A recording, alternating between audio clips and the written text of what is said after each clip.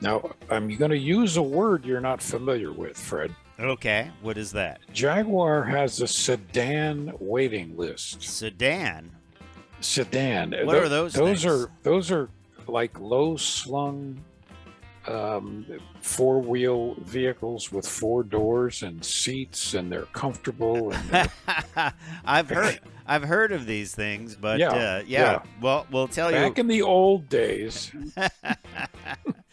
Hey, we're going to talk a lot about electric vehicles this hour and next on Cruise Control, but one of the things you might miss on electric vehicle is the sound. Well, we're going to talk some tech and screaming electric cars. No, it's not a band that's playing Tuesday night. That's right. But it could be coming to a Porsche dealer near you. They've got a plan to wake up the sound of these electric vehicles. So that could be cool, right? Of course, the question is, what does the scream sound like? But anyway, Ford has a huge hit with the Bronco, and it's one of the finalists for the top 10 or the top car, truck, SUV of the year awards. Anyway, we'll talk about what's new for 22 with Bronco brand manager Esteban Plaza Jennings, and including with that is the just announced 7-speed manual. Now, again, I'm using a word you're not familiar with. Manual, yeah. And if you had a manual sedan, I think the world would come off its axis. Oh, well, now, no such thing has ever existed. Okay. Possibly. All right. But anyway, that's the Sasquatch edition. Yeah, we'll talk about that. A lot to get to this hour, so stay tuned to Cruise Control. Don't forget, check us out at cruisecontrolradio.com, where you can like us on Facebook, follow us on Twitter. We'll be right back.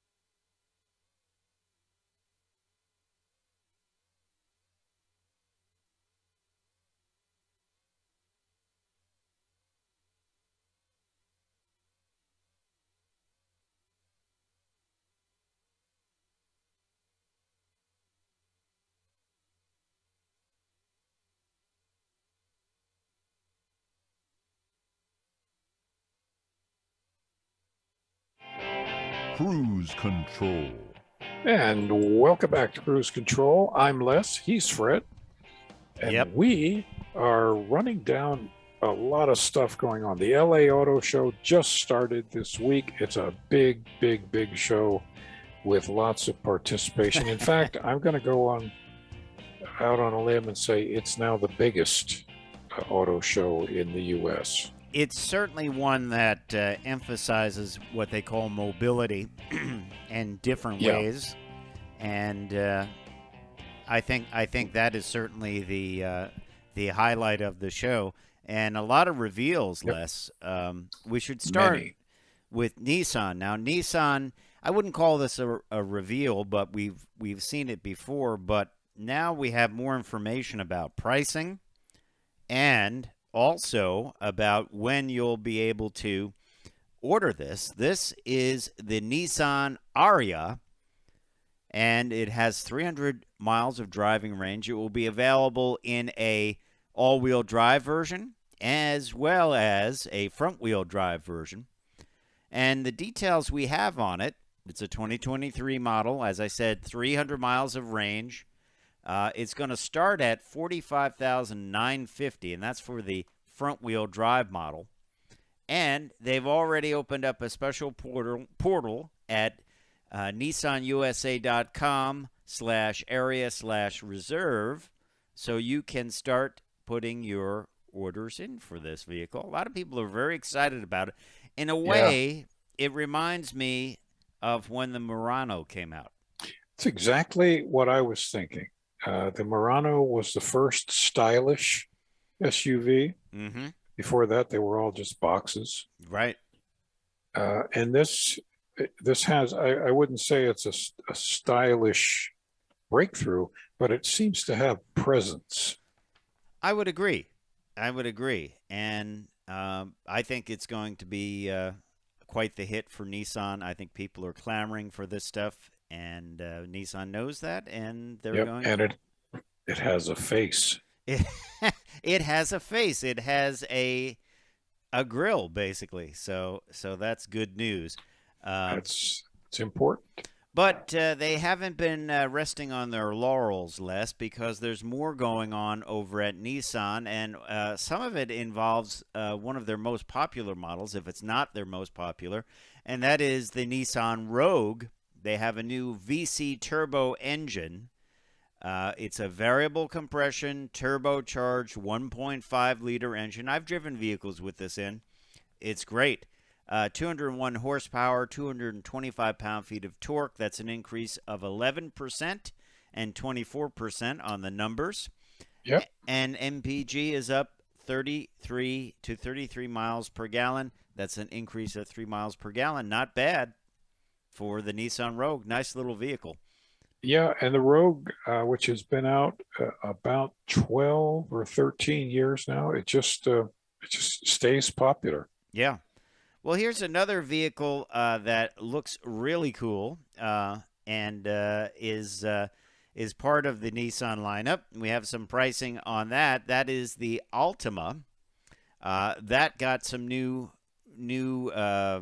equipment for 2023. They're still sticking by sedans, Les Jackson, which sedans, remember those things? Yeah. And then also we have some information on the Maxima. Now, the Maxima, that's a vehicle that, we basically don't even think about anymore, but it gets a lot of great reviews from all kinds of journalistic groups for reliability and all sorts of things. So the big news there is there will be a Nissan Maxima in 2023. They're going to continue on with updates. That's their kind of luxury brand. It's not like an Infinity, but it's always been sort of the higher end of the product line sedan, and I like them. And yet, people just don't seem to think of them when they're out shopping. I would agree. They don't think of them. That's it. They just don't think it exists anymore, and it does. So yeah. More news from Nissan. Some information when you can order the Nissan Z, the brand new 2023. 2023 is going to be a big model year for the It's folks huge. at Nissan.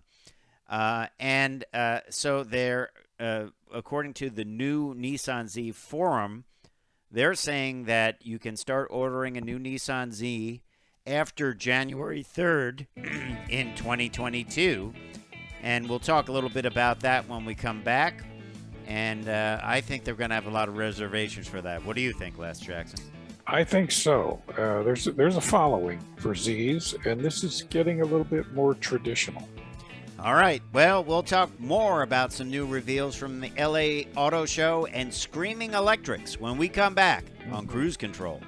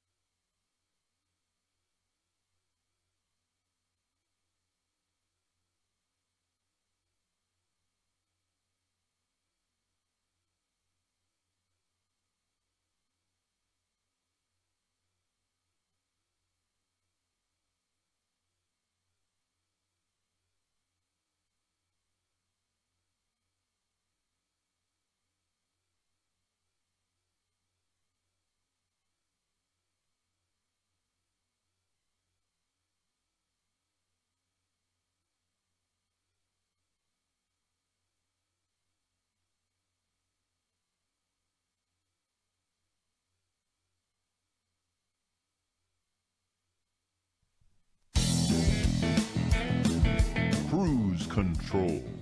Hello, welcome back to Cruise Control. This is your on-air automotive magazine. I'm still Les. He's still Fred. And yes, there he is. And we mentioned at the beginning of the hour that Jaguar still sells a sedan, and there's a wait list for it. That's the. I mean, this is hard to believe, but it's the XF. Right. It's the only sedan left that they produce. I still remember when Jaguar's head of communications years ago said, "Never, never, never will we make an SUV." Oh, that was an unfortunate thing to say. That was not looking forward far enough, but No. that's okay. Yeah, Just I wouldn't say anything like that. I would say something like, we'll make vehicles that meet the needs of the current marketplace as exactly it may be in the future. that our customers wish us to make. Exactly. Yeah, that was really not a forward facing statement, I would say, Lester. Well, back then, they made performance sedans. That's what they made their entire existence. Hmm. So it made sense to say, but I shouldn't have said it anyway. Anyway, the XF, which is a really nice sedan, you have to kind of look twice because they don't look Jaguar-ish. Yeah, I would agree. And if you're familiar with Jaguars, you always knew it was. Yeah, from a distance. That was the same problem I had when I had their F-Pace, which is their SUV, and I believe is their best-selling vehicle in their lineup. Of course, they discontinued the XE, which was their small car, and the Halo car, the XJ, which is really unsettling that they got rid of that. Yeah, for years and decades. Yeah. So there is a wait list for these XF sedans, a 90-day order bank, meaning every car that comes in for the next 3 months is already sold, and that's pretty good. That's a good problem to have. Yeah, but the lineup is pared down. The Soul engine is now a 2-liter turbocharged 4-cylinder with 246 horsepower and rear drive, and the 296 horsepower all-wheel drive P3R Dynamic SE, only available now with automatic gearboxes. And that's it. They don't have any V8 versions of this. They do have a few new things like 11.4-inch touchscreen with a magnesium frame and their PV Pro infotainment system. And a few things like that. The 2021 model began at $45,300 with a $1,150 destination. And those numbers will probably be about the same for 2022. So, unless you always talk about people buying sedans, there is somebody buying a sedan, or a bunch of people. That's right. And they're back to offering wood veneer dash and other trim. For a number of years, they got off that.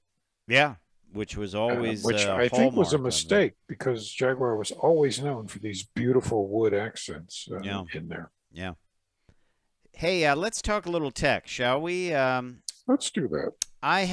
I drove this vehicle, the Ford Mach E, this week, and it was quite impressive.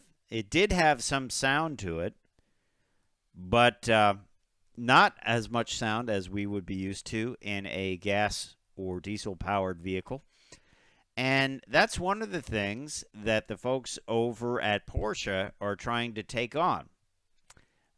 They feel that these new vehicles, while they have the performance, they don't have the passion because of the lack of intense sound. So CarBuzz uncovered, as they're so good at, they unearthed documents in Germany for a patent where Porsche may be looking into having a resonance body which will sort of be packaged sort of like a catback exhaust kit, and it will give these vehicles more of a louder sound. Now, they do have the motors, I think, sound cool, but this will kind of amplify it. Yeah, a lot of people, I wouldn't say they don't like the electric whir, but a lot of people don't feel that it sounds interesting. Yeah. So a lot of the passion comes from driving with that. But, yeah, like, for example, this Ford, it sounded synthesized. It definitely sounded synthesized to me, Right. like someone was playing a Well, the synthesizer. sound you heard in the Mach E was that of your passenger screaming, because I know you. Well, the other technology I think that would be cool for this is there's a way to have audio very centralized. So, in other words, you could be listening to a radio channel station on in Mhm. the drive while driving the car at full volume, no headphones on, and you are over there rocking out to your classical tunes in the passenger seat, but I don't hear the music you're playing, and you don't hear the music I'm playing, but we can talk to each other. So imagine if you had that Yep, technology and I'm hearing a throaty open headed V8 and you're hearing a jet engine for the car sound. exactly. I'm hearing, soft music on the radio. Yeah. So who knows what the technology will be. Um, as Porsche says, you do need to make a sound, have electric vehicles make a sound. Um, because people can't hear them coming up on them, and so maybe they'll have Yeah, fun but with that. It'll but be if you like a think about it, ringtone for your car. You'll yeah, download it. but if you think about it, in another 10 years, when basically everything's electric, the generations growing up with that it won't care about sound. That's true. They're going to say, "Oh, what's that throaty rumble? Oh, it sounds Why something's is it wrong with doing that?" that. Yeah, something's Yeah, wrong with it. Interesting point. But that's where I think you'll be able to do play it inside for people that want it. yeah. Um, when we do that, you'll have to play it specially because otherwise you'll hear me crunching potato chips. Okay. All right. That sounds good. But That a little bit that's a promise. little bit of talking tech for you. Coming up, we are going to go off road and talk about what's going on with the Ford Bronco.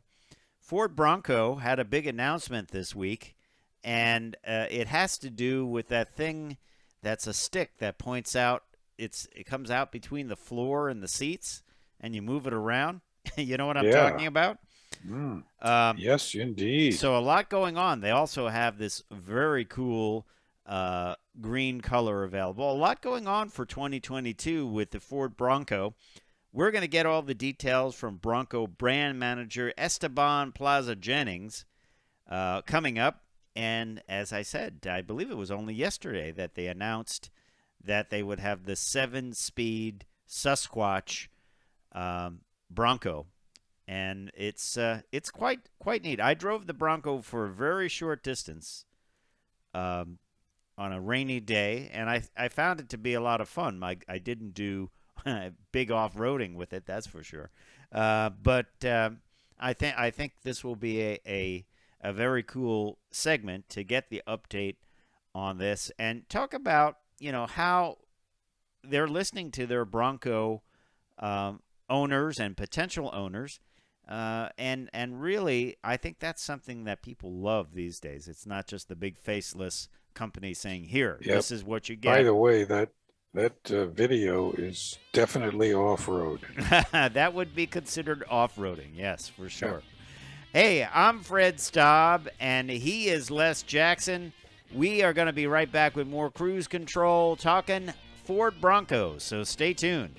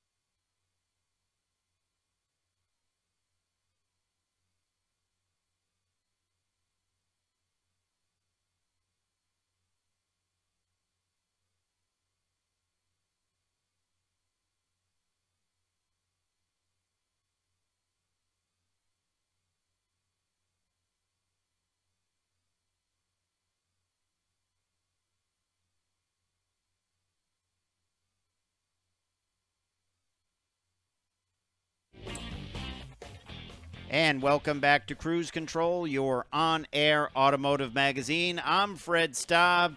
He is Les Jackson, and we are going to talk about the incredible Ford Bronco. And there's some big news this week from the folks over at Ford. It proves that they are really listening to their customers, which is a great thing. And we're joined by Esteban Plaza Jennings. Hey, Esteban, how are you? Good. How are you? All right. What are you sitting in? Certainly a Ford vehicle.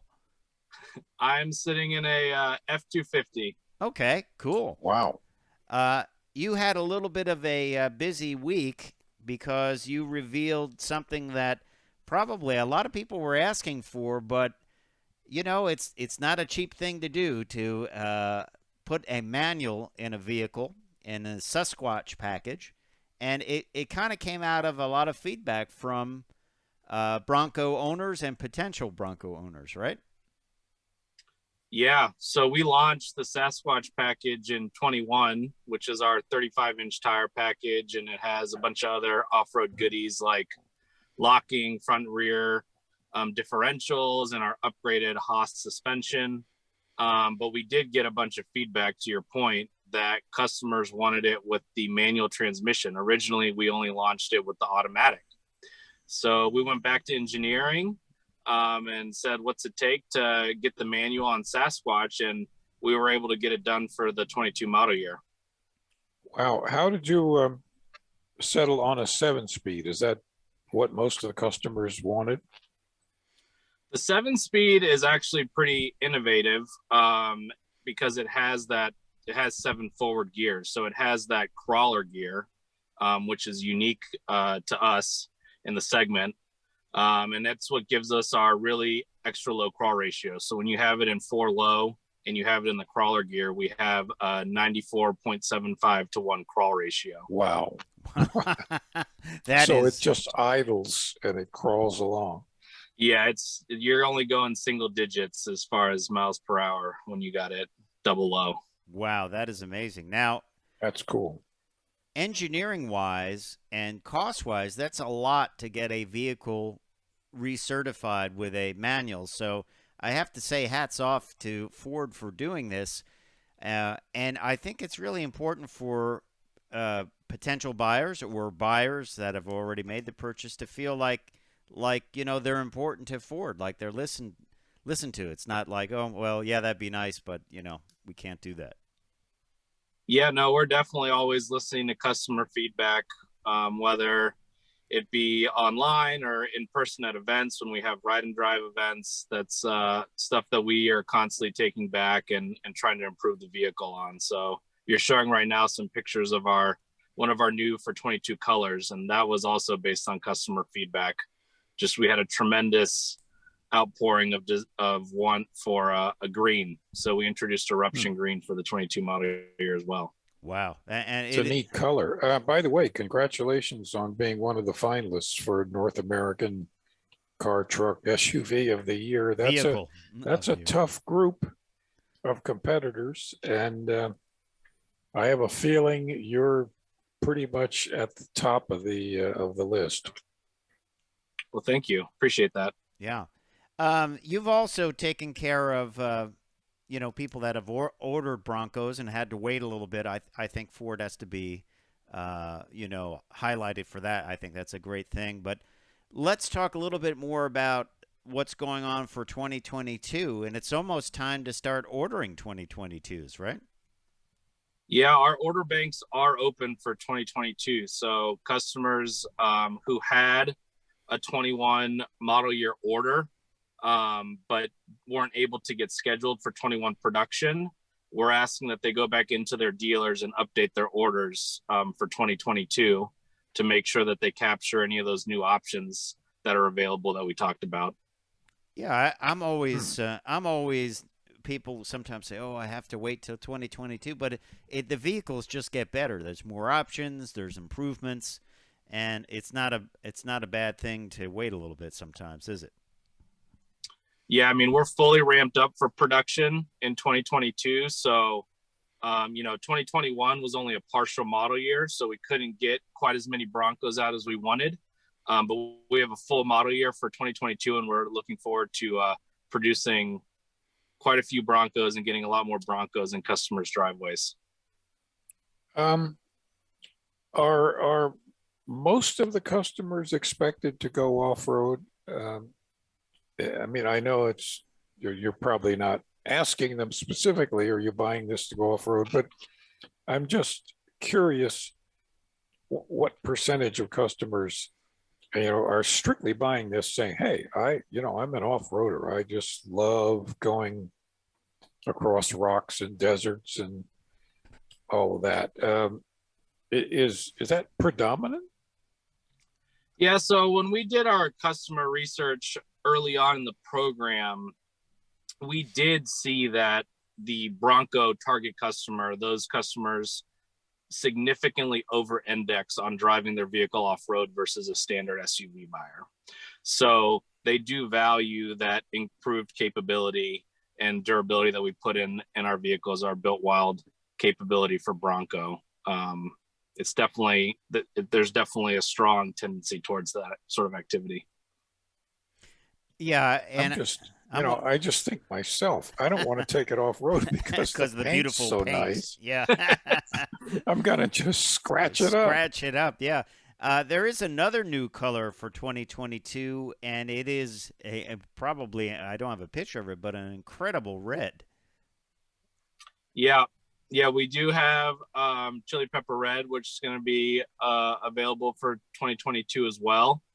And that color we actually had on Ranger in our launch year for Ranger. So it's been out there before, but it's a really awesome red, kind of a little bit of orange hue to it, which I think will be a nice addition to the lineup as well. Yeah. The neat thing about this, and we're talking to Esteban Plaza Jennings, who is the Bronco brand manager. Great job to have in the Ford lineup, and certainly you must have been in the spotlight for the last year or so because a lot going on with Bronco. But the amazing thing is you look at the vehicle and you think, oh, well, that's something somebody's customized. They took it to an off-road shop. They got those big wheels and tires and a lift kit. But once again, this is all engineered by Ford engineers, and it has to go a lot further than anything that would be put on afterwards. I mean, you really have to test these things. You really have to make sure they're going to live for 100,000 miles. So that's got to be difficult to do that, because most of these off-road parts that you add later on, they just don't have to pass that kind of certification. Yeah, that's true. There is definitely a difference between the durability testing that we engage in and all the different calibrations and all the sensors that get dialed in, stability control. All of those pieces of the vehicle are integrated and engineered specifically for the 35-inch tire package on a Sasquatch. So when customers are going with an aftermarket solution, a lot of that stuff typically doesn't get changed or altered based on the modifications the customer's making. So I do think that's like a very important point to make when you're considering, am I going to do this in the aftermarket, or am I going to go ahead and order this from the factory? Yeah, and to have how is that 35-inch package on the road? How's the ride? I think it rides great. I mean, there's so much sidewall in the tire that it just really sops up any of the bumps, at least here in Detroit with our pretty large potholes. Got a point there. Yeah, it's interesting. I think there was, maybe it's a little bit of an urban legend, but they say that big SUVs got popular originally, and Jeeps and Ford, big Ford trucks, because in New York the roads are so bad, and rap stars and other people, other athletes and all that got into trucks because they said they got tired of breaking wheels, they got tired of getting their cars damaged, and they went with a higher riding vehicle because it just meant, there's less of a chance. It was heavier duty, and there's less of a chance of getting damage on the road, which is kind of funny when you think that these things are built or designed originally to go off-road. Maybe it's on-road and off-road at the same time. Yeah. But what are some of the other cool things for 2022, Esteban? We're going to have a slide out tailgate, which is going to be factory orderable. So this also came pretty early on in the development process. There was a lot of debate around what type of tailgate to put on the Bronco, whether we went with the original, heritage style, which is a drop down tailgate like you'd see on a pickup truck, or do we do a swing gate, which is what we ended up implementing with the tire mounted to it. The reason hold it right there, Esteban. We're going to take a break, and we will be back with more information about the 2022 Bronco. Stay tuned to Cruise Control, your on-air automotive magazine.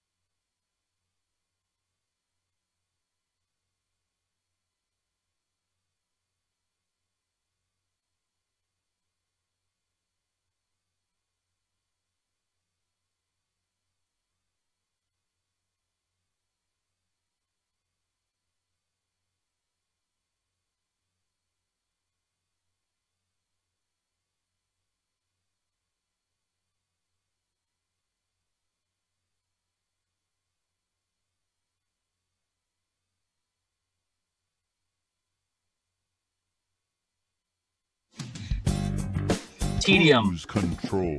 And welcome back Lots to of- Cruise Control, your on-air automotive magazine. We are talking about the 2022 model year Ford Bronco. Very capable vehicle, a lot going on. We wanted to find out more about it, so Esteban Plaza Jennings, who is the Bronco brand manager, who gets to drive these cool things and talk about them, is with us. And Esteban, you were just telling us a little bit about a tailgate innovation that we're going to be seeing in 2022 on the Ford Bronco. Yeah, this will be an additional option we'll have. So, like I was saying before, when we were designing the vehicle, there was debate about whether to have a traditional sort of pickup style tailgate or have a swing gate. We went with the swing gate because it's a more seamless opening function with the spare mounted there. But we did want to offer still a traditional tailgate sort of functionality, because we know customers want to sit out back behind their vehicle, after they go for a mountain bike ride, or if they're around a campfire or something, tailgating. So we will have a slide out tailgate feature in it. There's a little raised platform in the rear, and then you pull out a tailgate, and it's a load bearing tailgate. So, you can sit on it, you can stand on it to put stuff on the roof. It's pretty handy, and it'll be a neat feature that'll be available in 2022. And that will be optional, like an option for the vehicle. Yeah. The standard will still have the swing out. Correct, yeah. All right. Pretty cool. So this is a slide out that you open the swing out tailgate first to get to, or is it? Yeah, so there's a raised platform in the rear that it slides in and out of. Okay. So basically it sits in the cargo area. Mm-hmm. And so then you open the swing gate and then you would extend it. Yeah. Of course. That could be really useful. I think so. I definitely think so. Maybe we'll see it on other Ford products. Who knows? But it's a useful thing. You also have some special editions, which I think always get people excited. And maybe you can talk a little bit about them, Esteban. Yep. So we have two special editions that are coming for the 22 model year. And those are going to be the Raptor and the Everglades. And the Raptor is, I think a lot of people know what our F-150 Raptor is. This is going to be the Bronco version of that. And our Everglades is going to be a winch and snorkel equipped vehicle from the factory. Wow. So we haven't released the full information on those yet because they're coming in the middle of the model year. But we're very excited to share more details on that with the public shortly here. Are they going to be limited edition models, or are they going to be like part of the regular lineup? You can get it if you want it. They'll be built in limited quantities, both of them. So order now. It's not a guarantee that you'll get one for sure if you just go place an order. Yeah, it is unique, Les, that the Bronco in its last iteration was kind of it was a nice vehicle, but it wasn't a how shall I put it? Call it a premium vehicle. In other words, a very specialized vehicle. And then the current Bronco is very specialized, and you can get all these different versions. Kind of interesting, the transition there. Yeah, back in the 70s, the early Broncos were very functional, very simple. You could put some serious power in them. So I'm anxious to find out what the Raptor's going to do. That's we can assume a slightly different engine. Unfortunately, I can't get into any future product details right now. But it wouldn't be a Raptor unless it was a Raptor. So I guess we can. It will be that. Significantly different. How's that? Yeah. There's silence really cool. from Esteban. I understand. I'm thinking about trouble. Yeah, well, you were saying the Everglades edition. Now that has a snorkel, and what else? And a winch. Oh, and a winch. Okay, yeah. So, I'm not familiar with the Everglades and people what they do and in the swamps and that in Louisiana. Is there Is there a lot of that people do? Is that their off-road down in those areas? Yeah, I mean, I think Florida is known for mud bogging. That's kind of their big off-road scene. But I think the Everglades vehicle, aside from its name, right, a lot of people modify their vehicle in this sort of fashion if they're going to be doing more long distance travel off-road. That's like a very common thing out west as well. So I don't think it's necessarily only going to be suitable for the swamp or the bayou. Yeah, it's a look for sure, and I like the snorkel look. It just looks cool. Let's face it. And I don't know. Has Ford done a factory winch on any vehicle in the past? It seems like Bronco's just constantly doing new stuff that Ford hasn't done before. I don't think F-150 ever have they? We have a winch on Super Duty, cool. Which is a pretty new feature. Okay, I think. Yeah, I can't remember the first model years introduced. I think 20. Okay. Okay, so relatively new. Yeah. Do you, since you're the Bronco brand manager, do you also handle a Bronco Sport as well? I have a counterpart who handles Bronco Sport. I can't tell you how many people, when I had the Bronco Sport, said, "Oh, you have the new Bronco." It's I came out. Me too. My press vehicle was in the driveway, and there were some carpenters doing work here, and they were laying underneath of it. I was like, "What the really? Hell? What's going on here, guys? Are you doing an oil change?" And they're like, "Oh, it's the new Ford Bronco." I said, "Sort of. Yes, it is a Ford, and it does say Bronco on it, but it's a little bit different." But so I explained the difference to them a little bit, and but to see them out there underneath it, I think they're just excited about it. That's all, you know? Yeah, that's cool. Yeah. Where would people go to get information on the 2022 Bronco if they want to start ordering, if they want to start configuring? Yeah, so our 2022 build and price is up right now. So I'd recommend they head over there.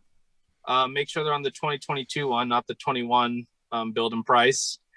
And if they want to place an order, they should go see their local dealer. Yeah. Are there any there? I bet there's 0 Broncos sitting on lots anywhere that have not been sold 2021s.